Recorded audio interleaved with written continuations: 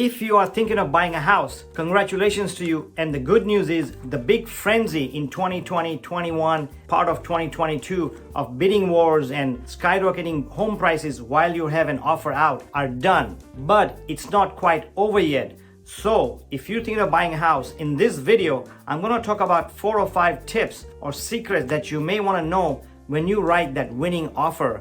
Because one thing is, it's hard to find a house that you like. And once you find the house, you have to write an offer.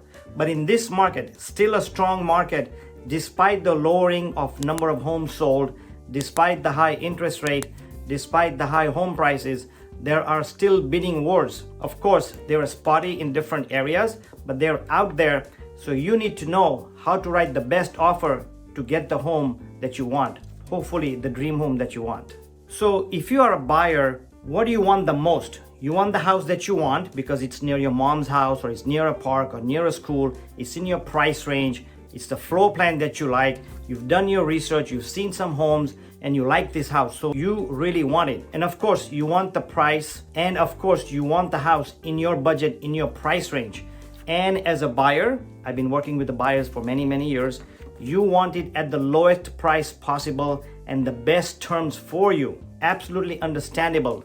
But let's switch shoes, and let's say you are a seller and you're writing that offer, or 5 other buyers are writing an offer on that seller's home. Think about the seller. What does the seller want? Well, the first thing the seller wants, of course, other than the price, sellers want the highest price, buyers want the lowest price. We realtors are stuck in the middle, but we won't talk about that. So the sellers want the highest price, and of course they want the best terms. But very important, what the sellers want is they want a certainty that when they open escrow or when they accept an offer, assuming there are 3 or 4 or 5 or 20 offers, they pick that best offer based on the information, based on the real estate agent they're working with giving them the information, based on the approval letter, the credit reports, and whatever information they have. Seller has to make a decision along with his agent's help and insight is which offer to take, and is that escrow going to close on time. So sellers want the most certainty. So how do you make sure that you as a buyer, when you write that offer, is going to be certain that your offer is going to be picked and that the seller is going to be happy with your offer? Let's look at the 4 or 5 secrets or tips or guidelines on what kind of offer you have to make, or what you have to be thinking about when you're writing that winning offer, so that your offer is accepted and not the other buyer's offer. Secret number 1 or tip number 1 when you want your offer to get accepted is to work with a professional and a local expert who knows the area, who knows the market, and he knows the trends, or he or she knows the trends in your market area. So it's very important to work with an agent, not just any agent. Of course, you want to use an agent who's an expert, who's successful, who's been in the business for a while and knows what they're talking about. So why is it important that you work with an expert or an agent who's experienced? Well, number 1 thing is, on a hot market like this, even though it's almost September 2023, the market is still hot despite the lowering number of homes sold. And one of the reasons home sales, number of homes sold are less this year, about 5 million homes sold last year, and this year they're going to be only 4.5 or 4.6 million homes sold according to NAR. One of the reasons is the slowing market and the high interest rates, so a lot of buyers cannot afford homes.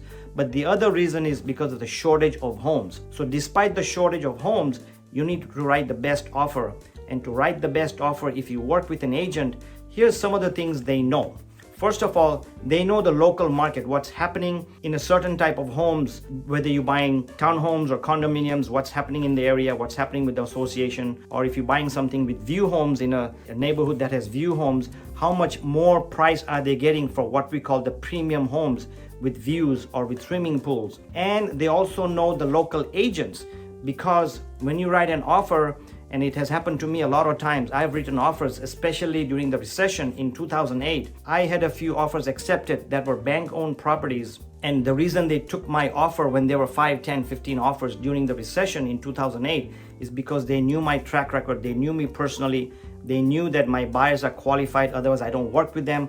They knew that we can close escrow. Same thing in 2021 and 2020 with the high bidding wars.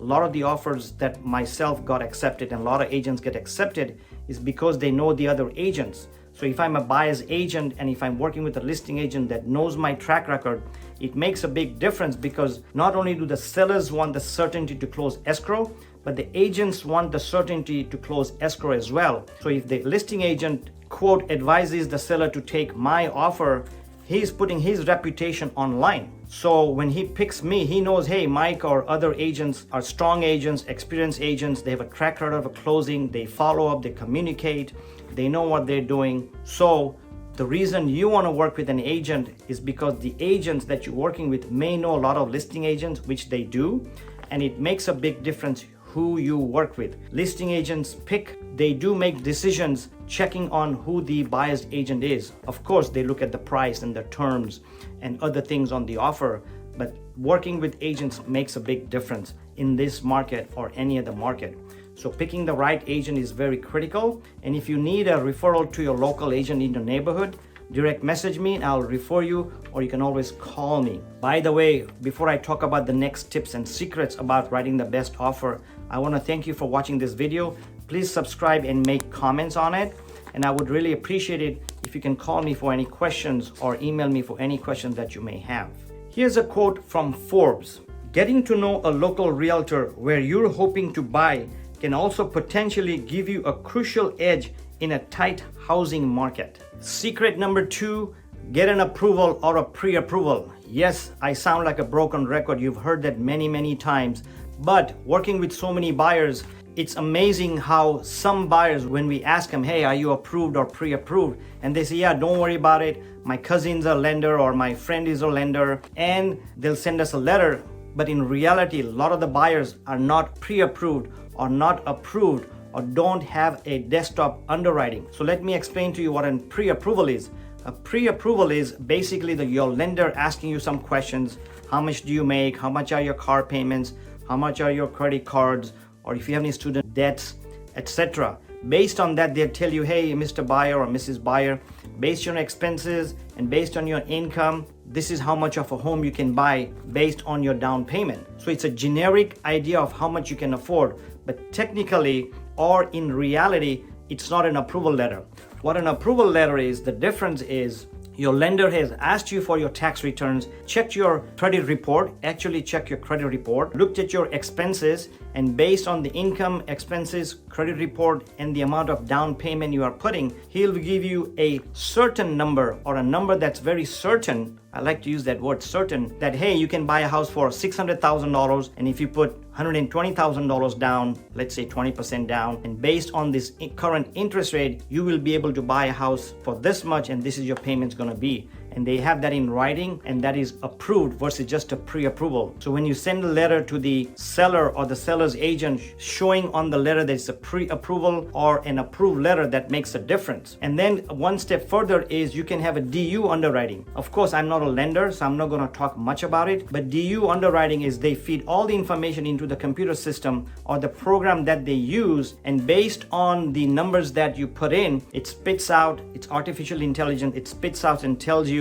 hey, this is the amount of loan you will get based on A, B, C, D if you complete those. So that's a desktop underwriting. So if you have any one of those three, preferably approval and a desktop underwriting, you increase your chance of getting your offer accepted. So number one thing before you even get in the car, well, these days buyers go in their own cars, but before you get into your own car to go look at homes with an agent, get an approval.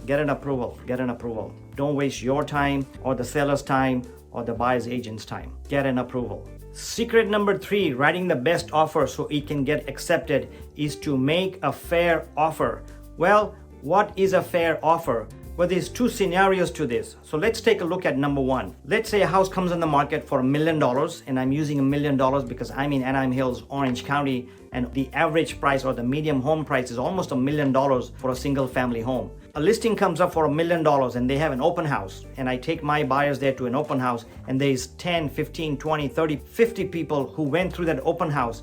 And as an agent, I'm going to look at what's happening on that open house, how much activity is there. So if I know that there's a lot of activity, it just came on the market, and I've communicated with the listing agent or the agent who's conducting the open house, hey, how's it going? Are you getting any offers? And they say, yes, I'm expecting 1 offer, 5 offers. Based on that, I'm going to recommend my buyer, hey, do you really like this house? Does it fit the floor plan that you like? Do you like the location? Do you like the floor plan? Is it close to your work? Etc., etc. And if I know that the buyer is 80 to 90% certain that he wants to write an offer, I'm going to let him know or let her know that based on the activity, based on the conversations with the listing agent, based on the comp that I checked, based on the similar home that sold a month ago or 2 months ago, or based on the home that is coming on the market, in this case, I would recommend that he writes or she writes an offer above listing price. My rule of thumb is 3% over list price. So if it's $1 million house, I would say go at least $1,030,000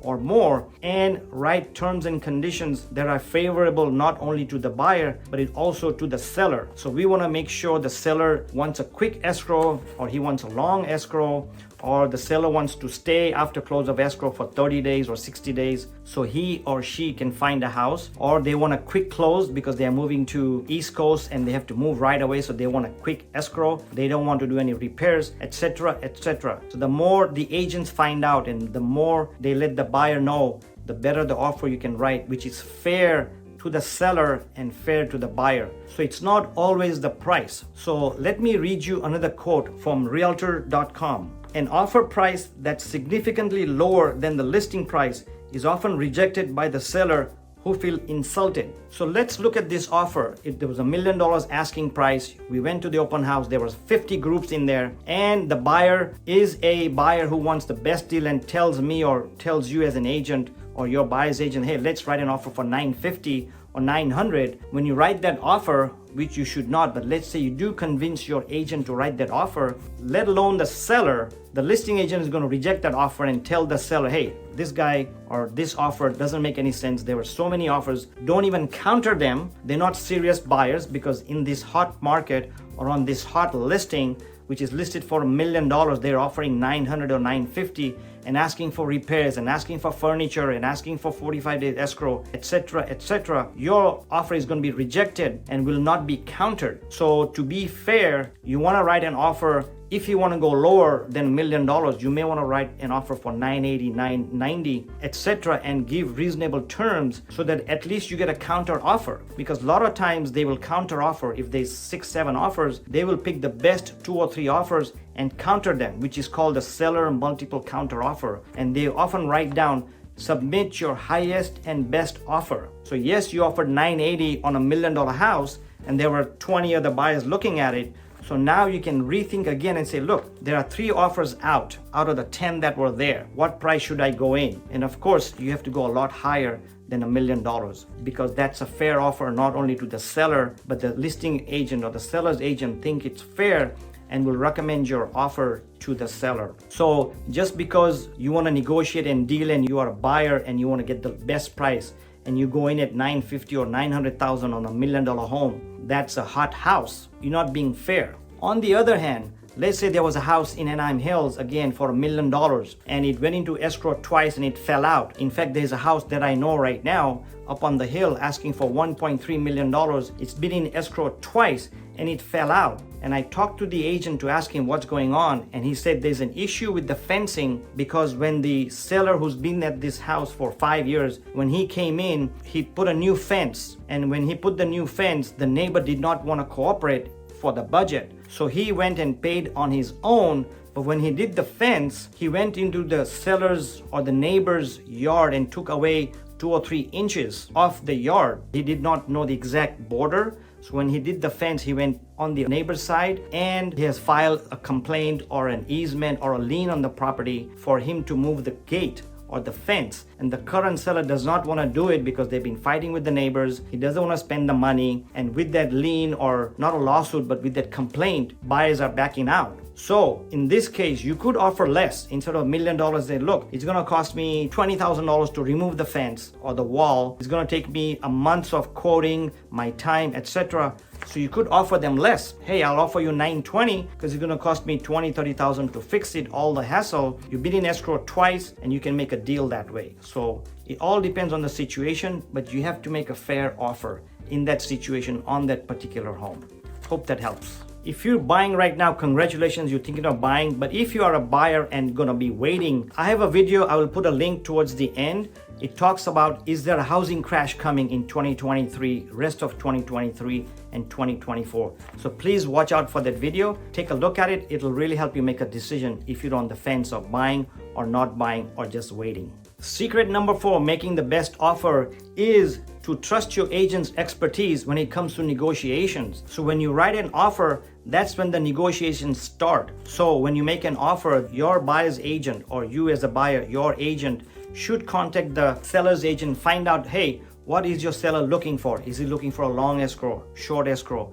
Will he do any repairs? Will he give us all the disclosures? Will he do the termite work? Or will she do the termite work? A lot of things are in play. They may find out that the seller wants to stay for 30 extra days or 60 extra days or longer. So does he want to pay the rent after close of escrow, or does he want to stay for free? All these make a big difference. I remember writing an offer, there was 5 offers on it. One of my very good clients wrote an offer, full price offer. Actually, we offered $50,000 more on the offer. And we also said, because the seller's agent told me that the sellers want to stay there for 60 days. So we offered them 60 days to stay there. And my buyer insisted that we charge the seller 60 days rent, which is 1 month's rent and 2 months rent. And we were fair about it. But another offer came in, same offer, same price as mine, because I knew the other agent.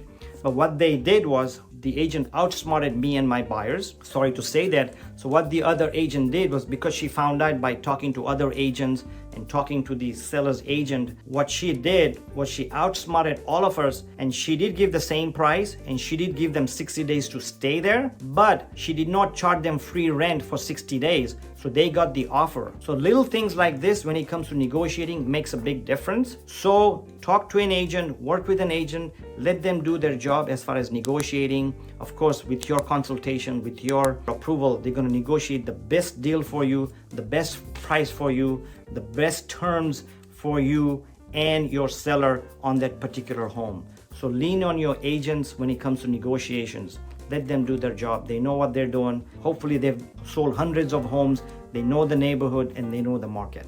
Secret number 5 is a very tricky one, is that in today's market, all the seller's agent and all these sellers request the proof of down payment. So in this example, if I'm buying $1 million house, or my buyer is buying $1 million house, and I say that I'm putting 20% down, I have to show them a proof of funds, which means I have to show them with a bank account which is less than 90 days, show them that I have $200,000 in the bank account. But the secret is, when you show the amount in there, try to show more than 20% down.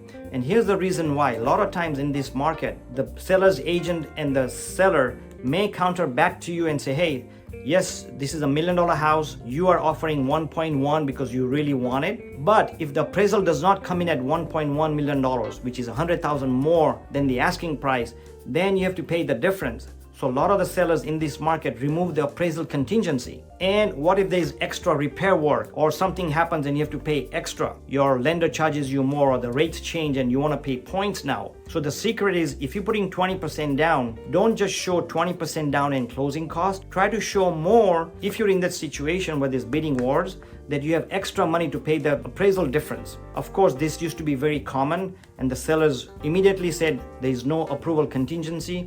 It is still there on a spotty basis or on case-by-case basis. But when you show the extra money that you have, not just the 20%, it makes you look stronger as a buyer. So showing that extra money, and if you don't have the extra money, talk to your lender, of course, and you can have your parents or somebody, your friend or your uncle, write a letter, what we call a gift letter, and say, I'll give $50,000 if needed. So when you send that with your proof of funds and the gift letter showing that you have extra money, the seller's agent, the seller, will be more convinced to accept your offer. So that's a secret number 5.